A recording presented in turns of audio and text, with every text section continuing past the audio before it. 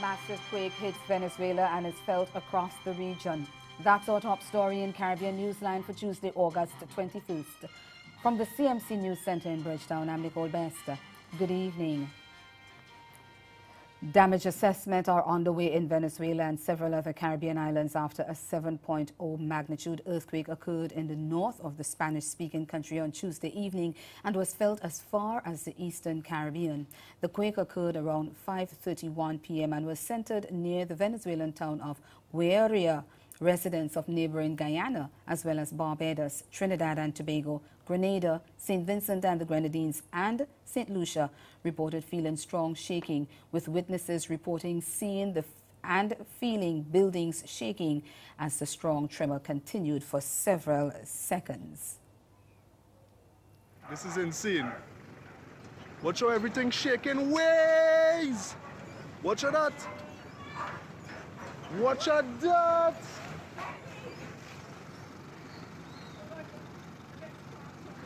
Huh? What happened over there, Sparks? Yeah. That was an intense earthquake. The University of the West Indies Seismic Research Unit measured the earthquake at 6.8 magnitude at a depth of 73 kilometers, but the United States Geological Survey later upgraded the magnitude to 7.0. The position of the earthquake in Venezuela was placed at 55 kilometers east-southeast of Carúpano, 95 kilometers northeast of Maturin, and 131 kilometers southeast of Polamar. There are no tsunami advisories at this time. Police in Haiti were on Tuesday guarding the Parliament building after unidentified people reportedly threw a grenade at the building and fired shots the previous day. The commissioner of the government, Oknam Clame Damias, said the Central Directorate of the Judicial Police had been ordered to question all security officers assigned to the building at the time of the incident. He said people who use social networks to incite members of the population into violence will also be questioned as part of the investigation by the National Police. The authorities said 4 surveillance cameras that had been installed were not functioning at the time of the incident. Several bullet holes were seen on the building. One legislator, Senator Willott Joseph, speaking on a radio program, said he remained suspicious about the attack and supported the argument that gunshots had been fired from inside the building. The Speaker of the Senate, Joseph Lambert, also criticized the action of the police officers who had sought to prevent journalists from covering the incident. Media reports said the equipment of some of the journalists was either damaged or destroyed as a result of the actions by the police officers. There's an indication that if Jamaica's Prime Minister Andrew Holness goes back to Parliament seeking another extension of the state of public emergency in 2 hotspot areas, it won't be smooth sailing. Member for Parliament for Kingston East, Philip Paulwell, said developments in his constituency have led him to think twice about supporting a further extension of the states of public emergency in St. James and St. Catherine North. Janela Presus of TVJ News reports. The state of public emergency in the St. Catherine North Police Division is expected to come to an end on October 2. When Parliament voted in June for the extension, Prime Minister Andrew Holness noted that there was a 26% reduction in murders and shootings in the division. The verdict is still out on whether the crime measure will be prolonged, but Member of Parliament for Kingston Eastern, Philip Paulwell, says he may follow in the footsteps of his opposition counterpart, Natalie Nita, who abstained from the last vote. Natalie, I am reflecting now because I have to come back to Parliament for extensions, you know. I am reflecting on further extensions now because the more I give extensions is the more my people suffering. The more I give extensions is the fewer police cars available for me. The more I give extensions is the fewer police personnel available for me. So Natalie, time will come. According to Mr. Paulwell, criminals are migrating from areas under the state of public emergency into East Kingston. He also argues that the police are having a difficult time managing the situation. And I wonder, why is the Prime Minister so gleeful about the fact that 4 places crime gone down, but him not thinking about where crime going up? we are having a major problem in the corporate area and elsewhere. The police and soldiers are saying that they don't have the resources to fight crime because they're locking down people in St. Catherine early and police all over the place. But they are not available to do work.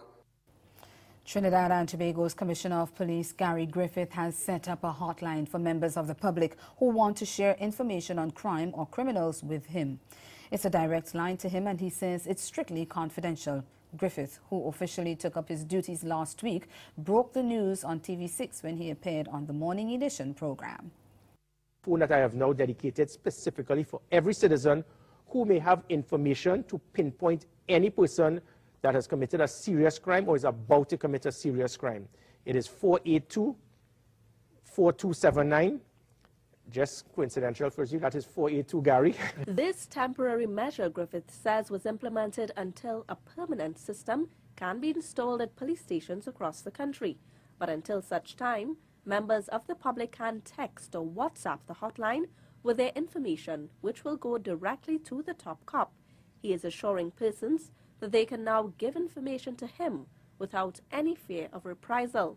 People will say, listen, we all know who the criminals are, but we are afraid. Now you have the Commissioner of Police, you are giving me the information directly. Let me deal with it. If you do not trust anyone, trust me. Commissioner Griffith says that the aim of this initiative is regaining public trust and confidence in the police service. I have to find avenues to go after the hardened criminals. And if it is at the public, that becomes the catalyst towards information being fed to the police. Let me be the conduit, use me. But however, we intend, it is a stopgap measure, we intend to deal with the problem you spoke about, the leaks and finding ways to ensure that the public can pass information without fear of reprisal. And he predicts positive results with this new hotline.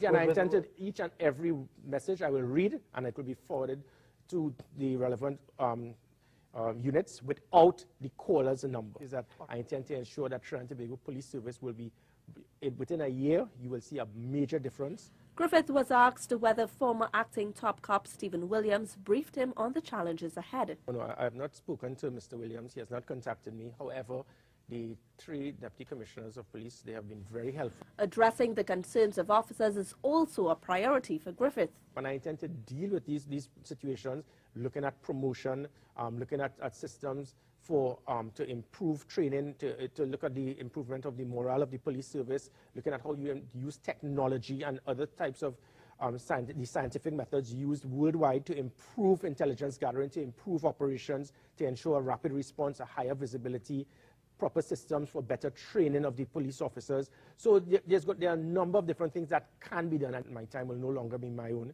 But I intend to spend a lot of time on the ground with the troops, going at the stations, looking at the problems, being involved in the operations. And that report was from Nisha John Mohammed of TV6 News. Still to come in Caribbean Newsline, Guyana's president pleads with the nation's teachers not to press forward with planned strike action. Stay with us. There's more news after the break. This summer and fall, Brilliant Barbados is offering you hotel discounts of up to 40% off regular rates when you book through Expedia before October 31st, 2018. Discover our Dine Around program specials at participating restaurants across the island, starting from US $50 per person on 3-course meals. For further information and full details to book your Barbados holiday, visit brilliantbarbados.com. Her passion for what she believes is unmatched. I wanted to get to the point where you can shake me off that perfect piece. She's a book-off radio host, philanthropist, and motivational speaker. And I said, I'm going to write you a check for $10,000, which I'm not. Spirit, soul, and body. To get some help through the transition. I'm Karita D, and you're listening to Girlfriend Get a Life. When I just got into high school, Canoe sneakers was trending those days, and I wanted to get one. So my parents went looking, mom and dad, and they saw this guy doing a leather craft. But he was doing it so neat and so well. You know, they asked, can my son come and learn? You know, he said, yeah, sure, you come. They asked me. I said, well, I ain't nothing to do, so me as well. In the back of my mind,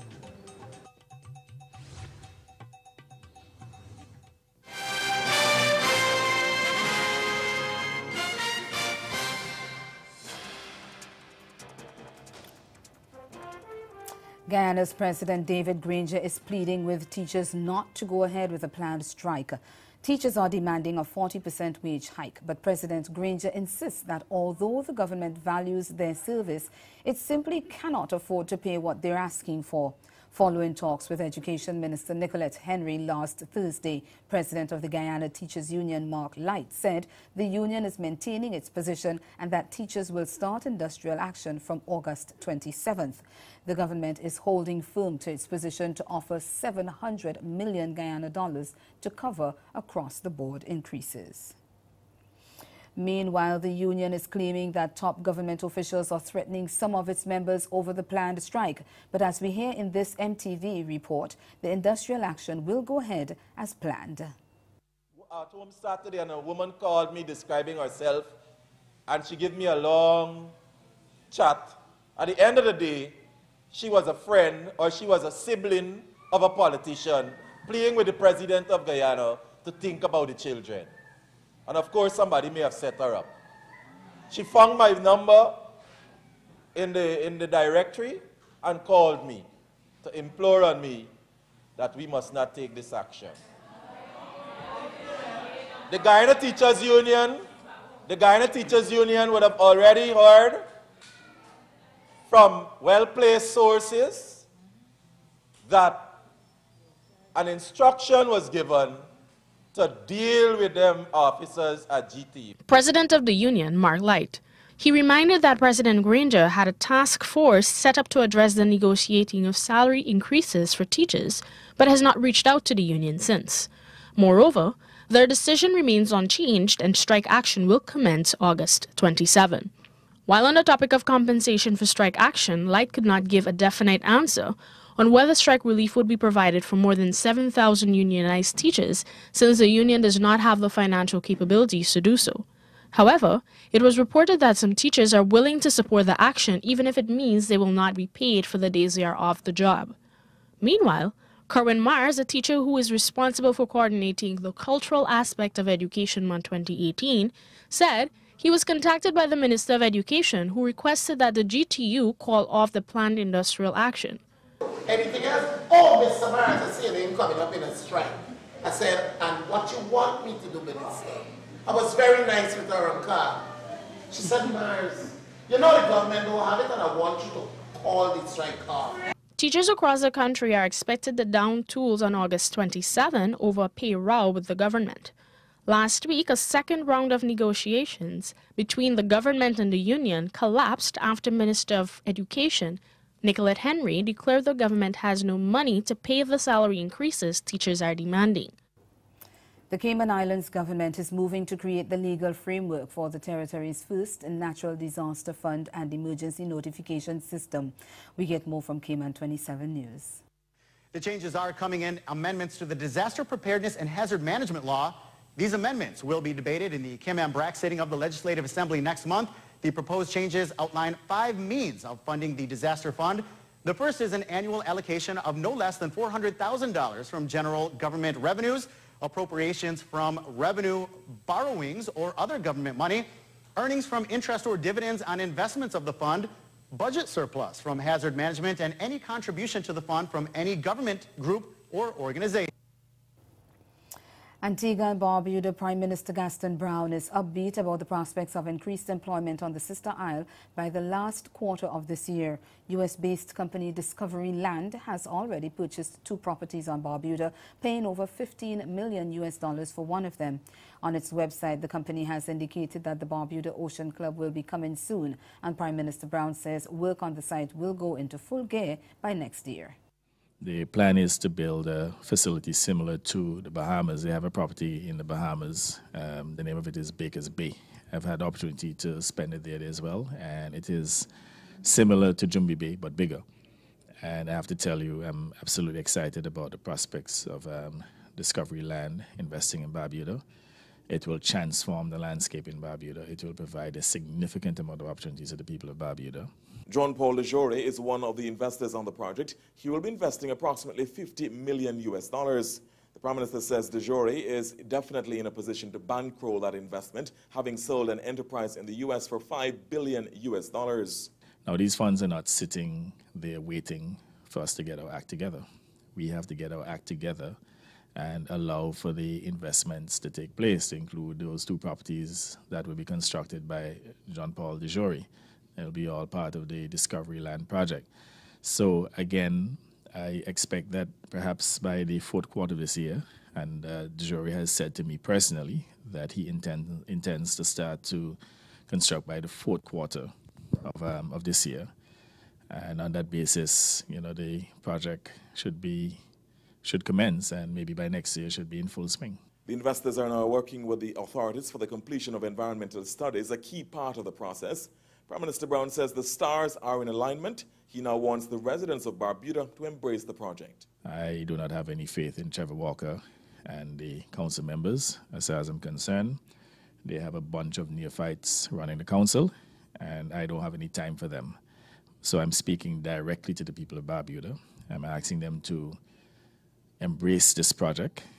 I have met with the principals. They have the funds. They're in a position to invest. I'm asking them to embrace this project because it will redound to the benefit of the people of Barbuda. It will provide a significant amount of employment. It will also provide a significant amount of foreign exchange and even taxes that could assist in the payment of salaries and wages for the council workers. And as far as I'm concerned, they should not listen to Trevor Walker and the other council members. Listen to your Antigua and Barbuda Labour Party government officials who are working tirelessly to bring investments so that we can lift you out of poverty. The head of the government is hoping that with the investors eager and the funds available, a bright economic future beckons for Barbuda. And that report was from Garfield Burford of ABS Television. And ahead in Newsline Sport, Barbados and Guyana in winner's row again in the regional Under-19 one-day championship. Stay with us. Sport is next. Comes to you compliments the Caribbean Disaster Emergency Management Agency and the Caribbean Media Corporation. Be prepared. Do not go outside barefooted or in slippers after the hurricane.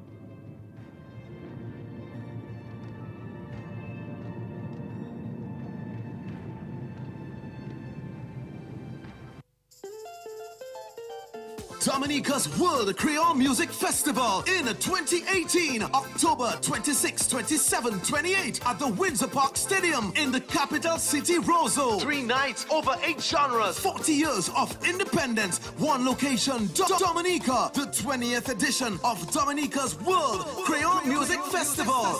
For more information, like our Facebook page, Dominica Festivals. Visit our website, www.dominicafestivals.com for all travel, accommodation, and ticketing details. My love, my home, my Dominica, building a resilient nation. See you there! Proudly sponsored by the Government of Dominica and Discover Dominica Authority. Mountain biking, especially downhill, is a constant reaction to oncoming terrain, which requires intense focus, and where thinking too much can break your collarbone.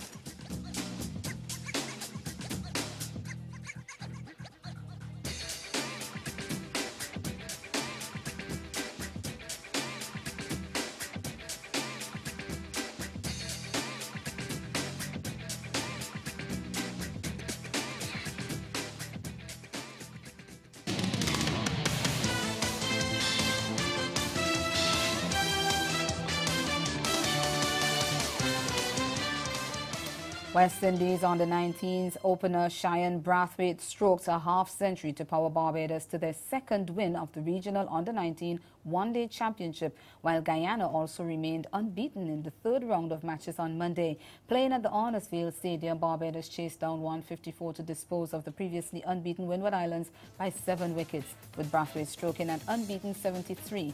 Earlier, fast bowler Matthew Ford ripped through the Windwards with a spell of 5 for 38 to send them tumbling for 153 all out in the 44th over at Cumberland. Another Windies Under-19 star produced the goods as Guyana marched to a 5-wicket victory over Jamaica.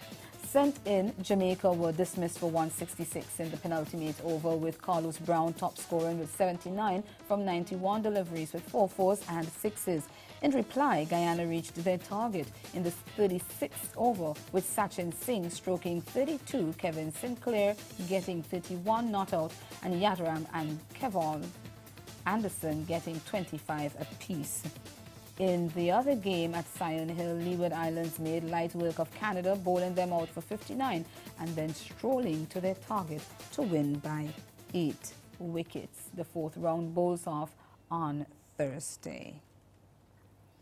Over to football, Jamaica's Reggae Boys scored twice in the last 10 minutes as they came from 2 goals down to snatch a thrilling 2-all draw against the spirited Barbados in their international friendly on Monday night.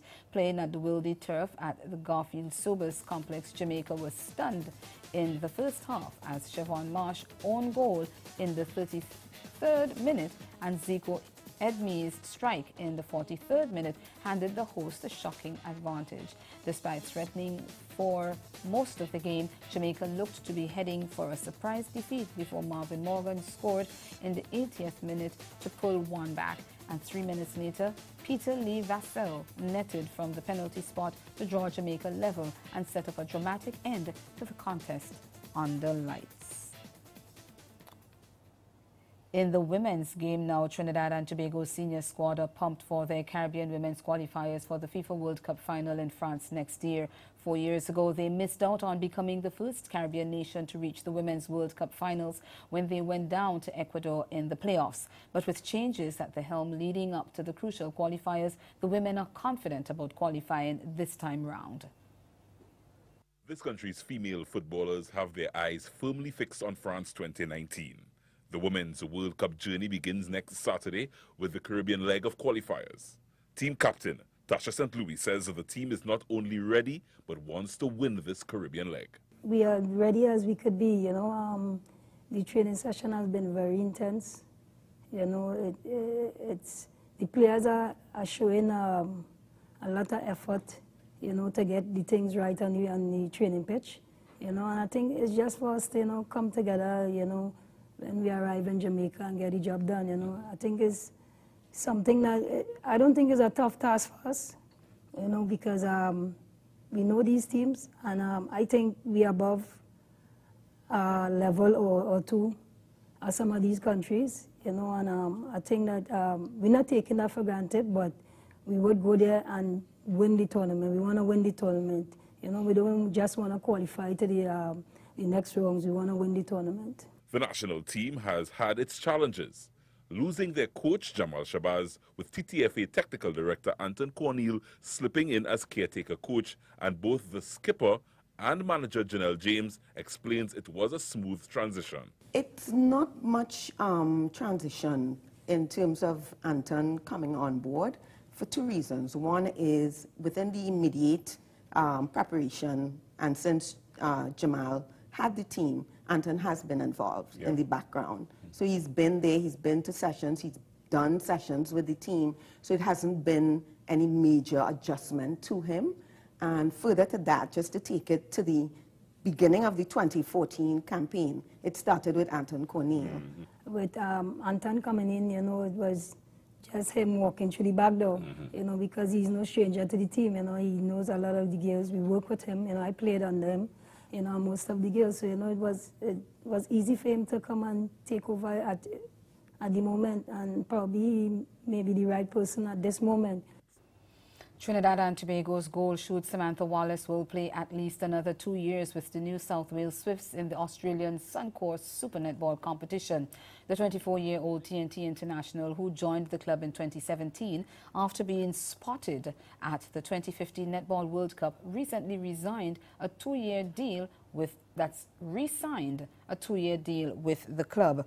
Wallace has an impressive shooting record of 932 goals from 1,044 attempts over the past 2 seasons of Super Netball, placing her 5th on the all-time competition ladder. She joins Helen Husby and Sarah Clue as the most recent Swift players to re-sign with the club. Switching sport, Jamaica makes history after winning the island's first medal in the sport of fencing at just concluded CAC Games. TVJ's Denise Walters tells us more. fencer Caitlin Chang added to the nation's sporting prowess, winning Jamaica's first medal in fencing at the quadrennial CSC Games. The London-based fencer says after finishing 9th in her qualifying round, she made the decision to step up her game. I was surprised by it as well because I sort of outperformed how I thought I would do. But I knew I had all the support behind me from my teammates, the JOA. I felt really supported, so I felt strong on the day. Chang says the support from her family on the island helped push her to do well, and it was an honor to represent Jamaica once more.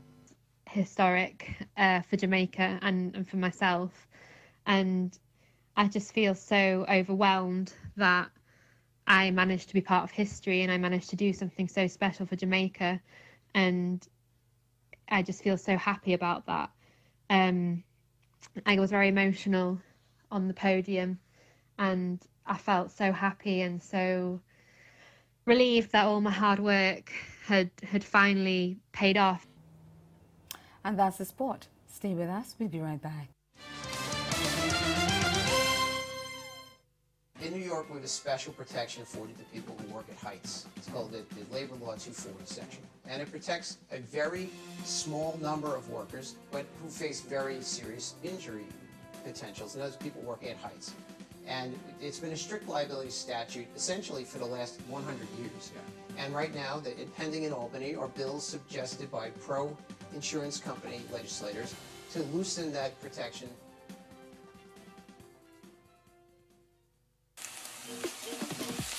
There goes our curry paste.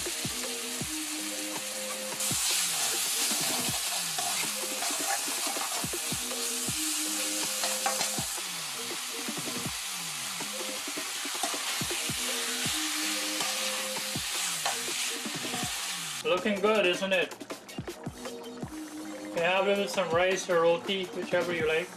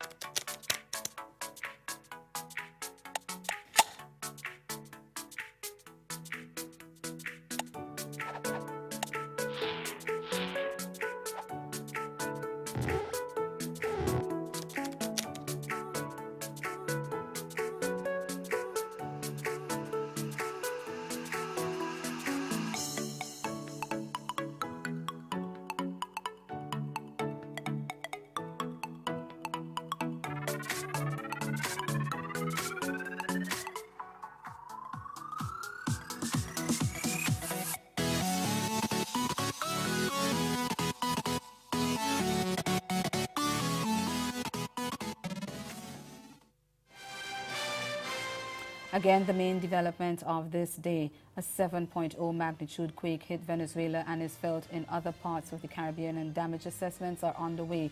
The UWI Seismic Research Center says there have been 7 aftershocks so far. That's Caribbean Newsline. For news and sport around the clock, subscribe to CarnaNews.com. For more information, more of our programming, log on to CaribVision.tv and subscribe to CaribVision's YouTube channel.